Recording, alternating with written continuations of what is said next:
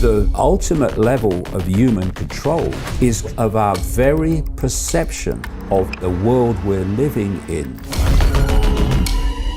First of all, you give them phones. Then you give them smartphones.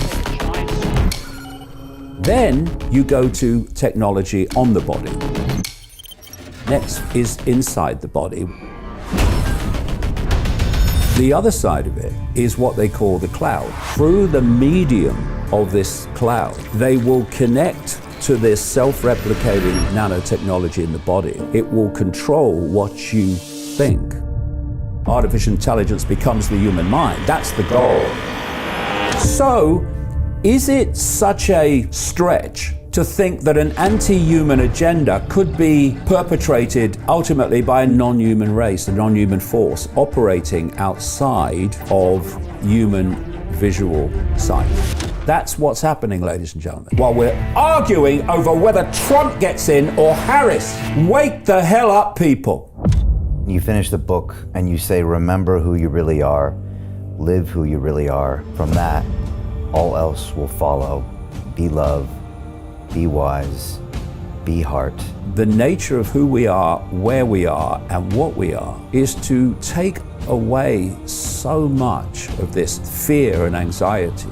We're in a place of great challenge at the moment, yeah, but we are all that is, has been, and ever can be, having a brief human experience, right?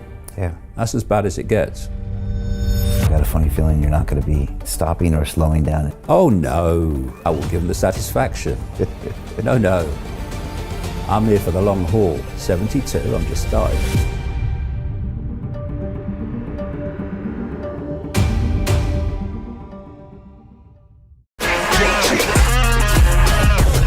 Hey, I know investing in crypto is scary.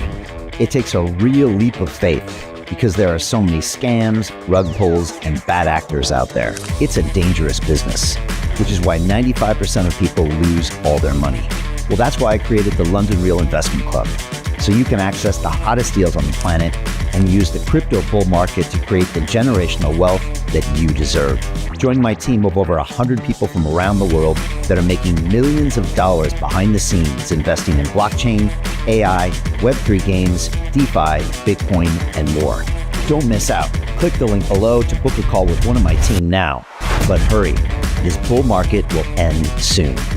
I know investing in crypto can be scary. That's why you gotta join the investment club. Pull the trigger. Let's do this.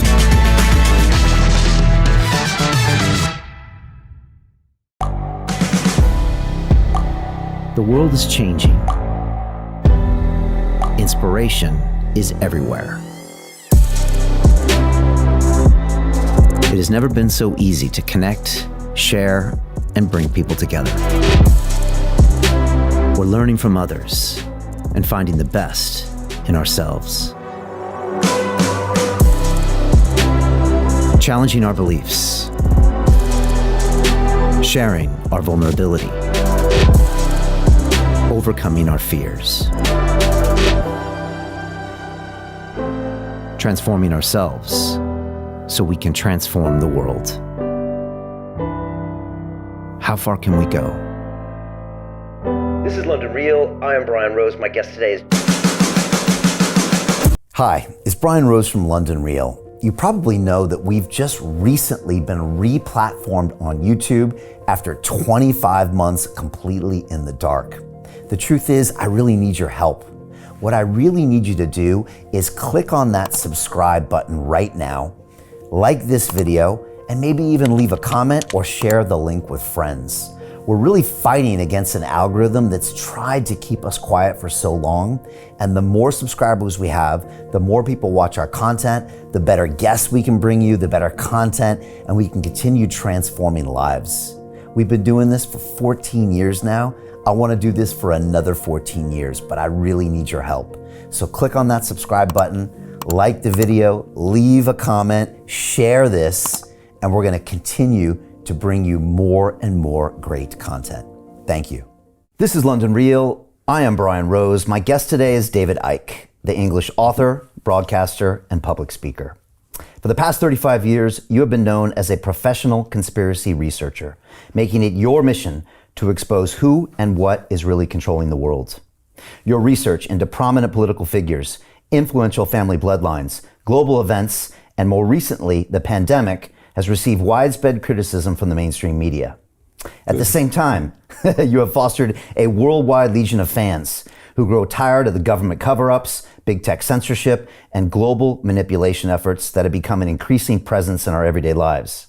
You believe that now we have reached a critical juncture for the future of humanity, where the fight to control the minds of the people has escalated through censorship and disinformation.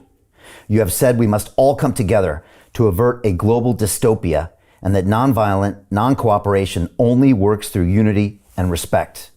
Your latest book, The Reveal, explores this next stage of human awareness across a number of interlocking subjects, from who controls the world to the nature of the afterlife and everything in between. David, welcome back to London Real for your 13th appearance. Thanks very much. I like the suit. That saves on the lighting, Brian, doesn't it? Thank you.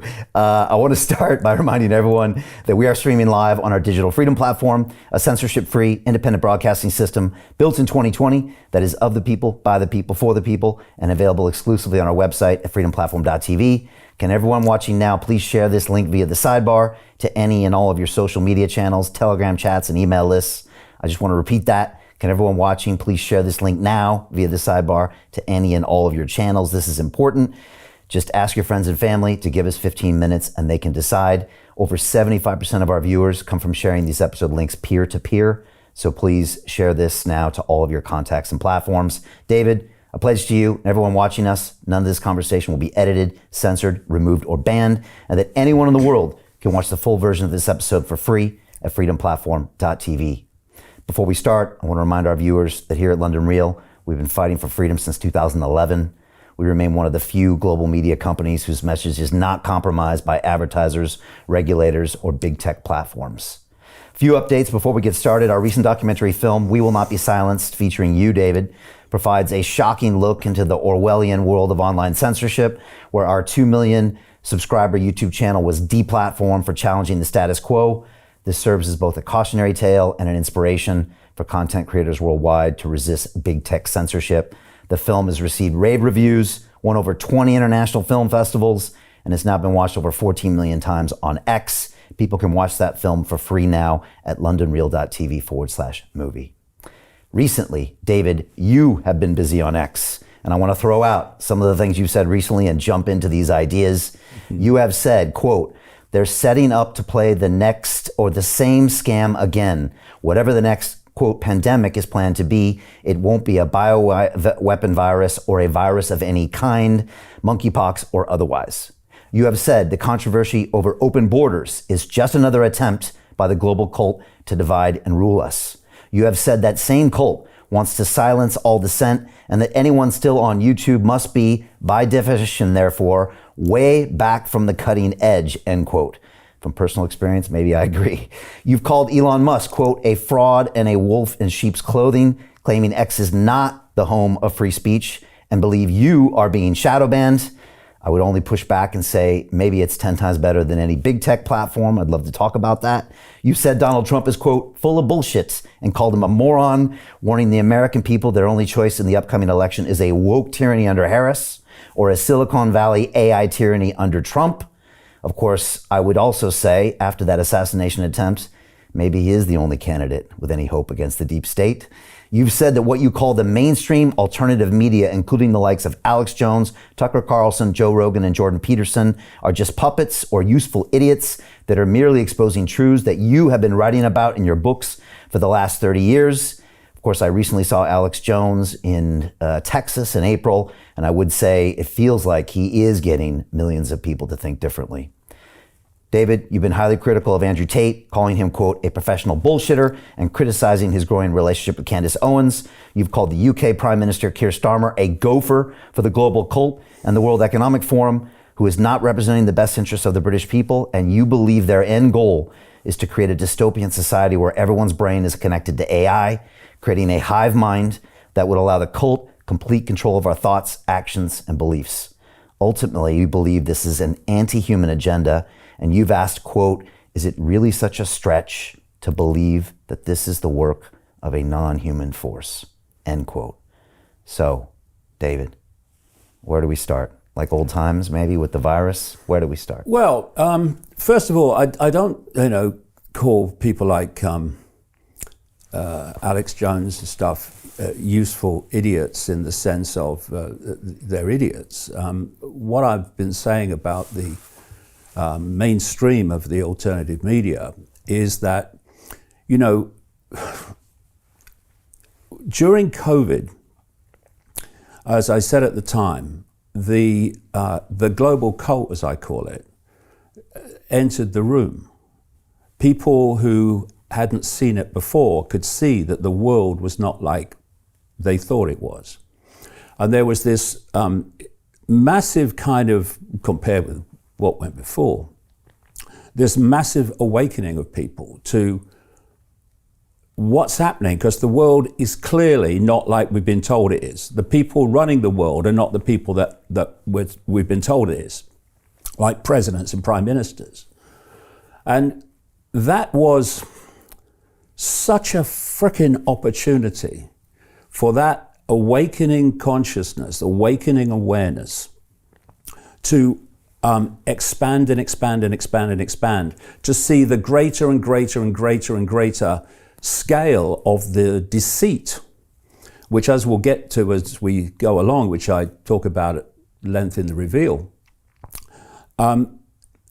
Ultimately, the biggest deceit is the very nature of the reality that we're experiencing. And if you're experiencing a world, and like I say, we'll get into this as we go along, that's not how you think you're experiencing it, but it's a very different world that's being pulled over your eyes. Then everything else that comes from that, like, is it Trump or is it Harris? And all these kind of political, religious themes and focuses kind of pale into not insignificance, but massively insignificant compared with the significance that they're given. Because, if we don't address the fact and understand the fact that the world that we're experiencing is not anything like it seems to be, then no matter whether Trump wins or whether Harris wins or anybody, no matter what your religious belief, you're still going to be controlled by something way beyond that level of deceit and imposition. So the opportunity was there when COVID hit. And COVID was basically the genie out of the bottle. Not for everybody, not even for still the majority, staggeringly, but for vastly greater numbers of people. The genie was out of the bottle. So if you're this global cult, you're playing the COVID card. You're going to walk in the room now. You know that a lot of people are going to see things they hadn't seen before, because you've got a sequence to the end point, which is connecting artificial intelligence to the human brain. So artificial intelligence becomes the human mind. That's the goal. And that sequence has been playing out all the way through COVID and now. So you had to do that, not least because you had to get the content of the jab inside people, which is something else we need to talk about as well, which relates actually to the AI control of the human mind. And so we can't put the genie back in the bottle for everyone that's kind of woken up to the world's not like we thought it was. But what we can do is we can stop the genie going any further. And what I've seen since COVID, because when I started out 35 years ago, there was no alternative media. It didn't exist. Just a few disparate individuals, and they were a few, who were trying to put this information out. This is before the internet. This is the internet really became what it's become. and you were handing out leaflets in the street for a public meeting. That's where we were. And there was no alternative media. And I saw it start to appear. And no one was more delighted than me. Crikey, more people are seeing it, more people are getting it. Fantastic. And it kind of culminated in many ways with COVID, because it was so blatant and so in your face and so obvious that they were lying to us. So the opportunity was there to start the process of expanding more and more into a greater and greater understanding of the scale of the deceit. So the cult thinks we can't put the genie back, but we can stop it going any further. And what I saw and what I've seen is people coming in, a lot of them from the mainstream, to the alternative media, who suddenly are getting the massive algorithm support, they're getting the financial support, and they have basically hijacked the focus of the alternative arena. And, you know, it's been like, as I've observed it, it's been like a barricade has been built around, a perceptual barricade around the center of this new alternative media.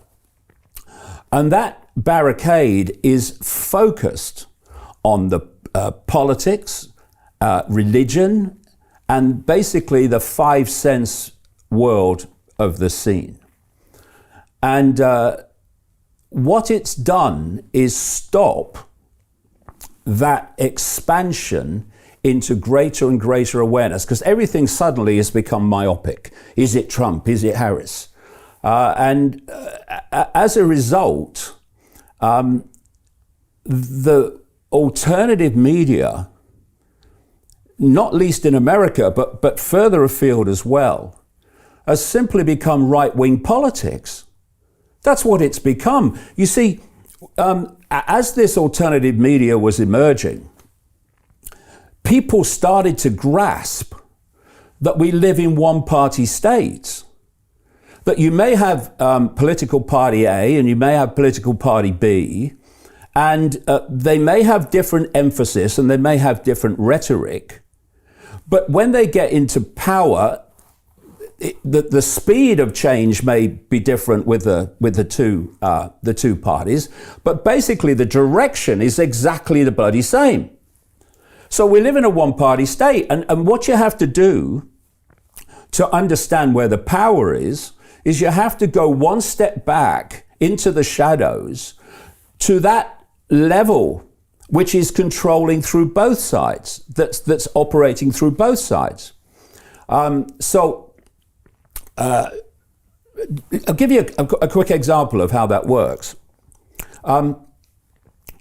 You have people like Klaus Schwab at the World Economic Forum saying that we're going into an AI world in which AI will control everything. You're seeing people like Gates saying that. Now, what a good thing it is. You're seeing people like Ray Kurzweil, the Google executive, talking about they're going to connect AI to the human mind, and then once that's done, the AI will do more and more of human thinking until human thinking as we now know it is negligible. It's what I've been warning about for decades, the hive mind. So that's the hard sell. The hard sell to connecting humans to AI.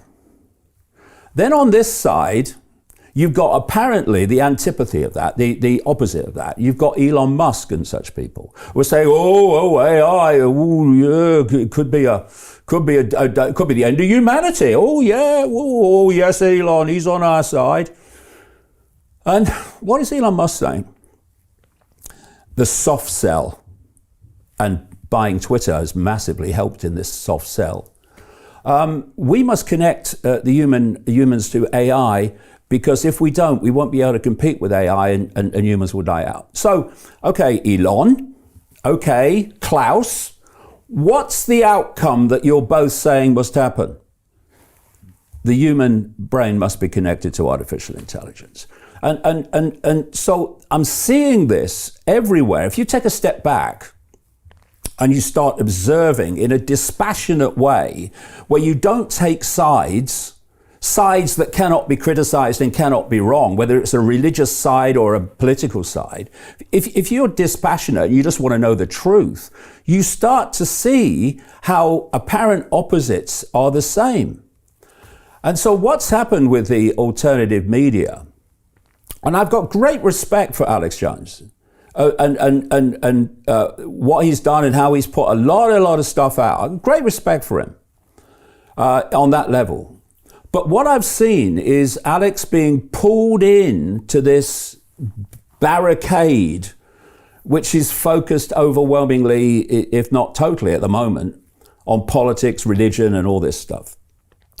And so we stopped going on this journey of expanding and expanding our understanding because we're so focused on the myopic.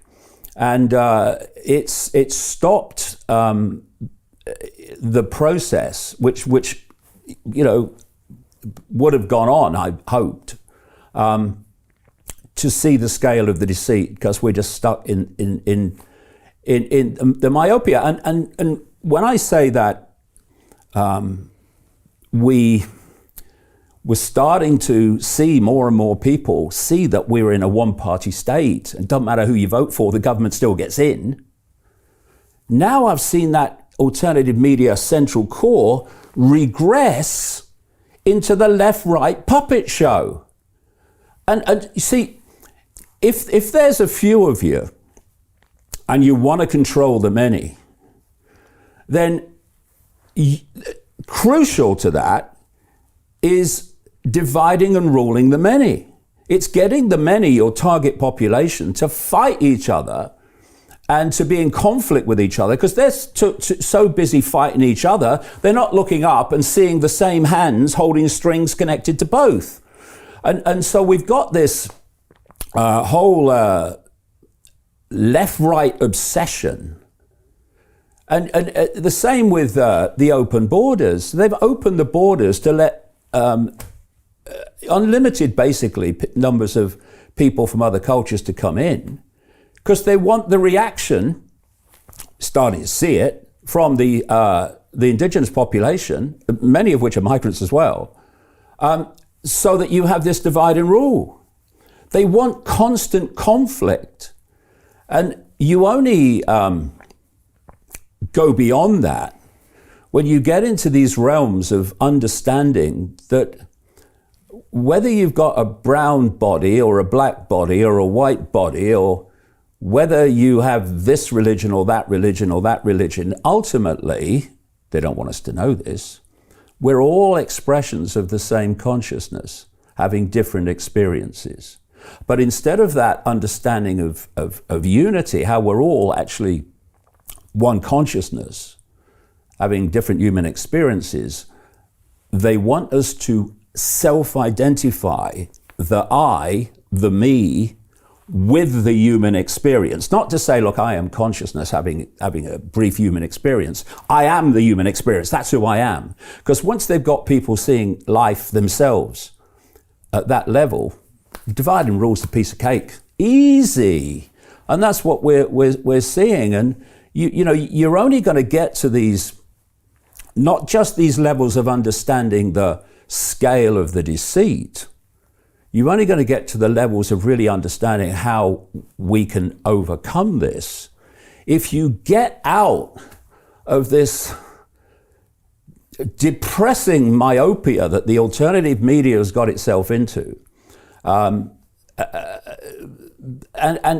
to realize that you're looking at just a tiny level of the scale of human control. And that's where they want us. You know, when I said they can't put the genie back in the bottle, but they can stop it going any further, that's what they've done.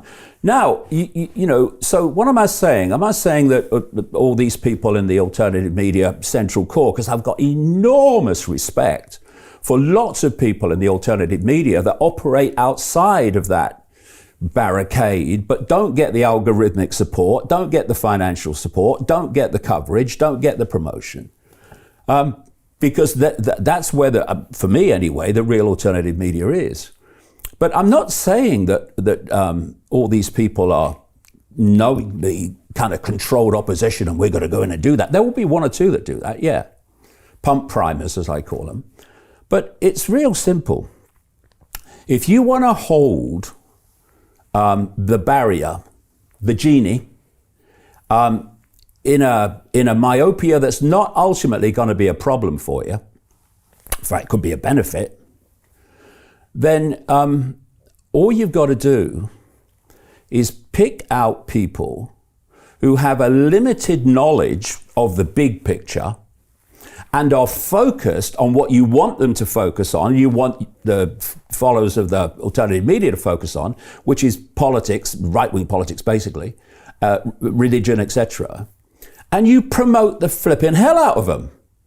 And they're going on doing what they think is right, but what they're doing without realizing it, like I say, some will, but I think most won't, is they're holding this line, they're holding this focus of myopia. And one of the other things that they're selling this savior, the savior complex. So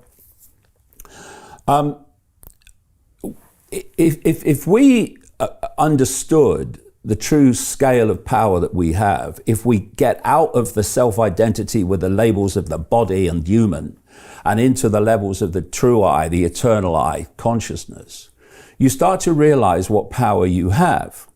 Now, what is actually behind this global conspiracy, shall we say, and it's beyond global, knows that power would be the end of the game if we understood the nature of it and the limitlessness of it.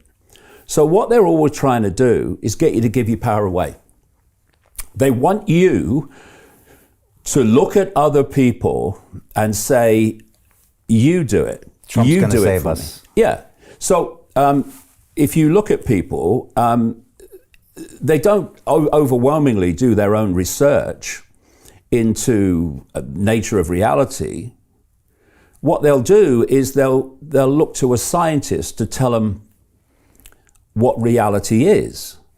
And that scientist will be part of an orthodoxy that is owned, not least through funding, by this global cult.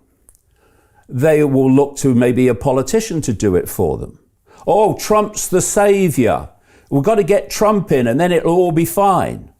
Well, it won't. And so imagine, what did Trump get the last election and the one before that? Something like 70 million votes, was it? It was a massive, massive number. And I do think Trump won the last election, actually, personally. I think, the fact that Biden was supposed to have won it was a bit of a joke, really. I mean, it was almost funny in an ironic sort of way. But 70 million people. So 70 million people say, Donald, you do it. Is a power, right? What if 70 million people said we're not cooperating with our own enslavement? We're not going to do it. We don't need these saviors. If you want to see a savior, ladies and gentlemen, find a frickin' mirror and have a look in it. Because there he is, there she is. And it's this hijack, I'll call it, this hijack of the alternative media, which has stopped that and focused on the myopia, is also selling the idea of saviors. What are religions based on? They're based on saviors. Give your power away to your religious hero. Do what the holy books of your religion say. Don't stop and think and come to your own conclusions. Just take it off the peg. And so when I'm researching, I don't have sides. I have things that I believe are right and things I don't believe are right. But I won't have this side and say, well, you are untouchable, you are unquestionable. I don't care if you're a religion. I don't care if you're a political party or a philosophy or a culture or anything. I'm going to listen to every statement you make, and I'm going to decide on that statement if I agree with it or not. And you, who I may mostly not agree with, I'm not going to dismiss everything you say just because you say it.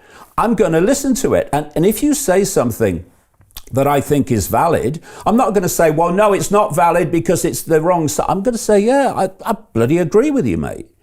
And when you do this, what you're doing is you're going beyond the reflex action following of a groupthink, and you're coming to your own conclusions.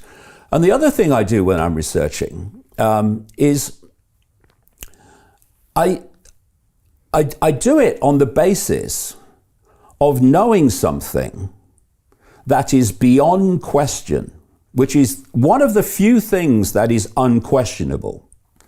And that is, whatever you think you know, there's always more to know. Always. It's like Socrates, the ancient Greek philosopher, is quoted as saying, knowledge is to know you know nothing. That is the meaning of true knowledge. So when I've reached certain conclusions about how the world's manipulated on the level of the scene and through this cult and the secret society network that is this cult, I don't say, oh, I've got it now. I worked it out. No, you go, so what don't I know? What don't I know? What don't I know? What don't I know? And what that does is it keeps you moving deeper and deeper and deeper and deeper into the rabbit hole. And what I'm seeing with the alternative media is the opposite of that. It reaches a certain conclusion. I'm talking about the mainstream of it, the promoted part of it. And it goes into an eddy. And the river, all that potential knowledge, inspiration, awareness is just flowing past, but it's in the eddy. I've got it. I've worked it out. Trump's the savior. And you know, having done this for 35 years, I can't say that is not quite depressing to see, because I saw when the COVID awareness started to break, that there was this great potential to really, really keep that going and expand into greater areas of awareness. Now, a lot of people have, despite, and it's interesting to me when I meet people in the street and whatever, how they, many people anyway, are much further along the road of understanding than this hijacked alternative media. And, you know, there's certain heroes that have been created. One is Trump and the other one is Musk. And we can get into Musk as we go along, if you like, because I've been following him for years and years and years, long before he bought Twitter. And I concluded that this guy is pushing so many elements of this cult agenda that when he bought Twitter, I thought, there's a scam here. I'm just gonna observe for a bit and see what it is. And what was happening before he bought Twitter, and this is all part of this, what we're talking about, this alternative media hijack. You had people within the alternative media that were questioning what he was doing. They were looking at Neuralink, connecting AI technology to the human brain. And they're going, well, hold on a minute, that's the World Economic Forum policy. They were seeing him calling for a carbon tax. Well, hold on a minute, that's the World Economic Forum policy. And so many other things. They were seeing, and this is something we need to get into later, these low orbit satellites being put out there by SpaceX that are firing electromagnetic fields at the Earth to, along with the towers, the 5G towers in the urban areas, etc. They're creating what they call the cloud, this electromagnetic cloud. Well, this is the emergence of the hive mind, which I'd like to talk about in much more detail as we go along. And so they were kind of looking at all these things that Musk was doing. I mean, the electric cars, climate change, and all this stuff. Once he bought Twitter, gone. No more questioning. He's bought Twitter. We're back on Twitter now. And everything was forgotten. I saw people in the alternative media making speeches. Oh, you can't trust Elon Musk. Elon Musk is not our friend. He's taking us towards transhumanism. Same people, doe-eyed. Elon, thank you, Elon, for reposting me. Just because he's bought Twitter. And given them their voice back. Well, their voice back in what sense? What's emphasized through that platform is basically the mainstream alternative media, what I'm talking about. And, there's a lot going on that people don't realize. What Musk does is he picks fights here and there with people, like governments or whatever. And he'll do it very publicly. If they say, you need to take this down, right? And he refuses. But often, eventually, he agrees. But it's like, oh, Elon, he's standing for free speech. Well, in the 6 months, let's just go one step back from there. The Twitter before, and these are official figures from data collection on these things. The Twitter before Musk was taking down about 50% of the demands from governments that content was removed from Twitter, right? Under Musk, it's 80%. How many people know that? And then you had the set to with the Australian government over this attack on this preacher in the church, if you remember. And the Australian government said to Twitter X, Musk, you need to take down that content. And what they did was take it down in Australia. And then the Australian government said, no, we want it taken down globally. And there was a set to because, Musk said, well, no, I'm not taking it down globally. I'm taking it down in Australia. And there was this, oh, no, he's standing for freedom of speech. In the 6 months to March of this year, X took down 40,000 pieces of content demanded by the EU globally. And it also turns out that he's been taking down globally other pieces of content demanded were taken down by the Australian government even. So what you do is you pick a fight, you're very public, but in the background, you're taking stuff down at a bigger rate than the previous Twitter. But what's been left up there is the big focus on this alternative media myopia that I'm talking about. And, it's in your face. He appoints a CEO of Twitter, Linda Yaccarino, who is a stalwart of the World Economic Forum of Klaus Schwab. And she says that they have a policy of free speech but not free reach, whereby you can post it, but basically if it's not what is acceptable, they'll make sure hardly anyone sees it. It's called shadow banning. Loads of people are being shadow banned on Twitter X.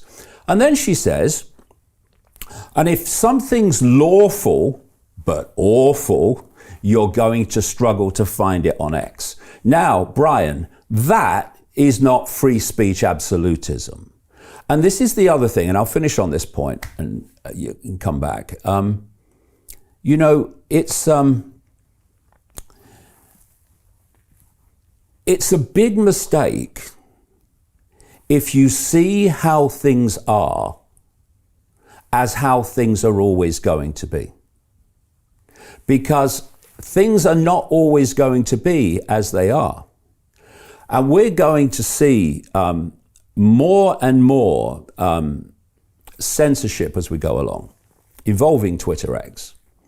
And as said in the reveal, the thing that Musk has is getaway car, while still retaining his I'm a free speech absolutist, is government regulation, where they say to him, take it down or else. And then he goes, I don't want to take it down. I think it's outrageous what they're doing, but I've got no choice. Which is exactly what he's just said about Brazil, because he's just closed the X office in Brazil and actually said basically those words. So there's always this backstop of government regulation that can delete free speech while he can still be the hero.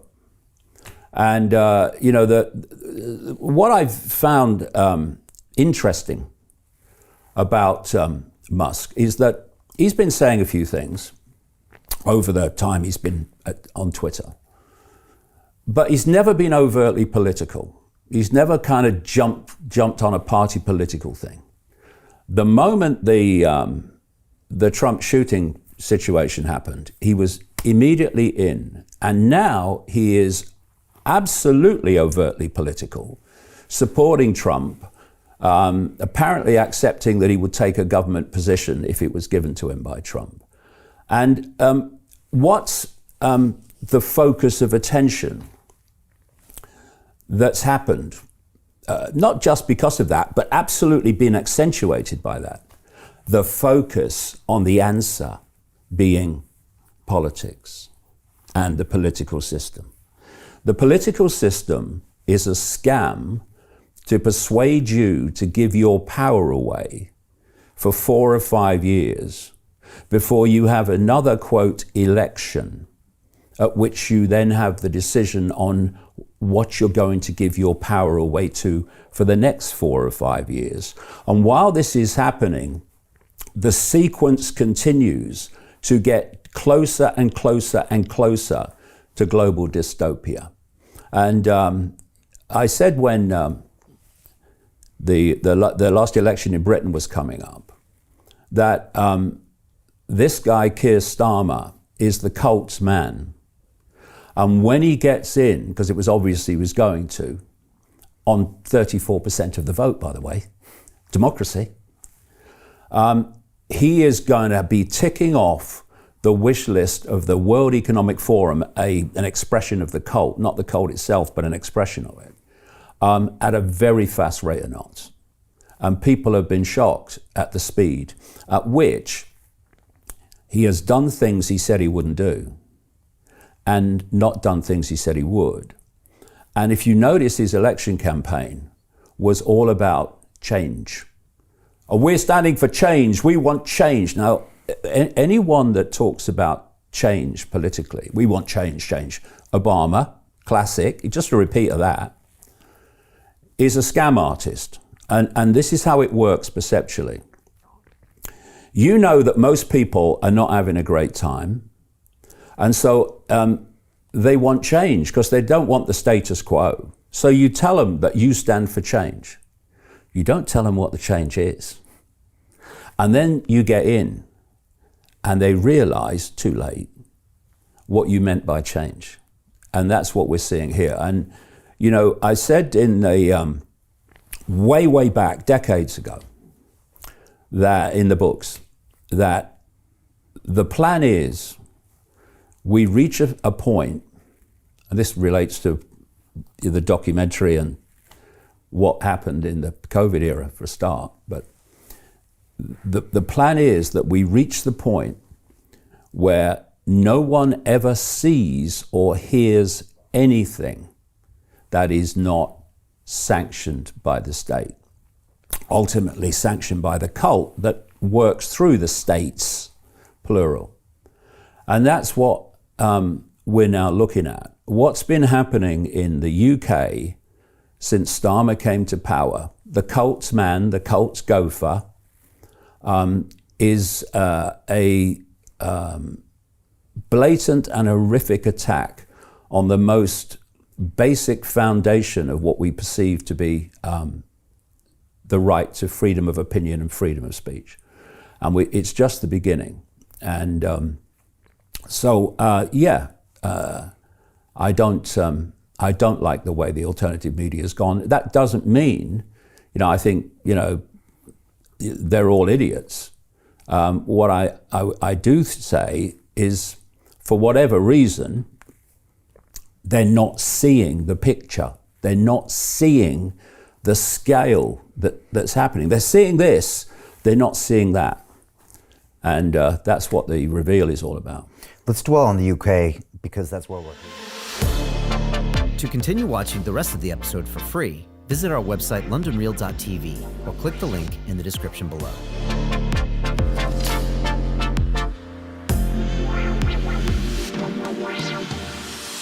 Most people will never see this opportunity. Dubai luxury transformation projects have historically delivered 40 to 90% annual returns. That is incredible. These were once reserved only for insiders with access. I spent 15 years on Wall Street, and I learned this: the biggest returns always go to the people who get the call first. Now, you finally can. We've just received a brand new project with major upside potential. Allocations move fast. Click the link, apply now, and speak to my team. This is your chance to see what others never will.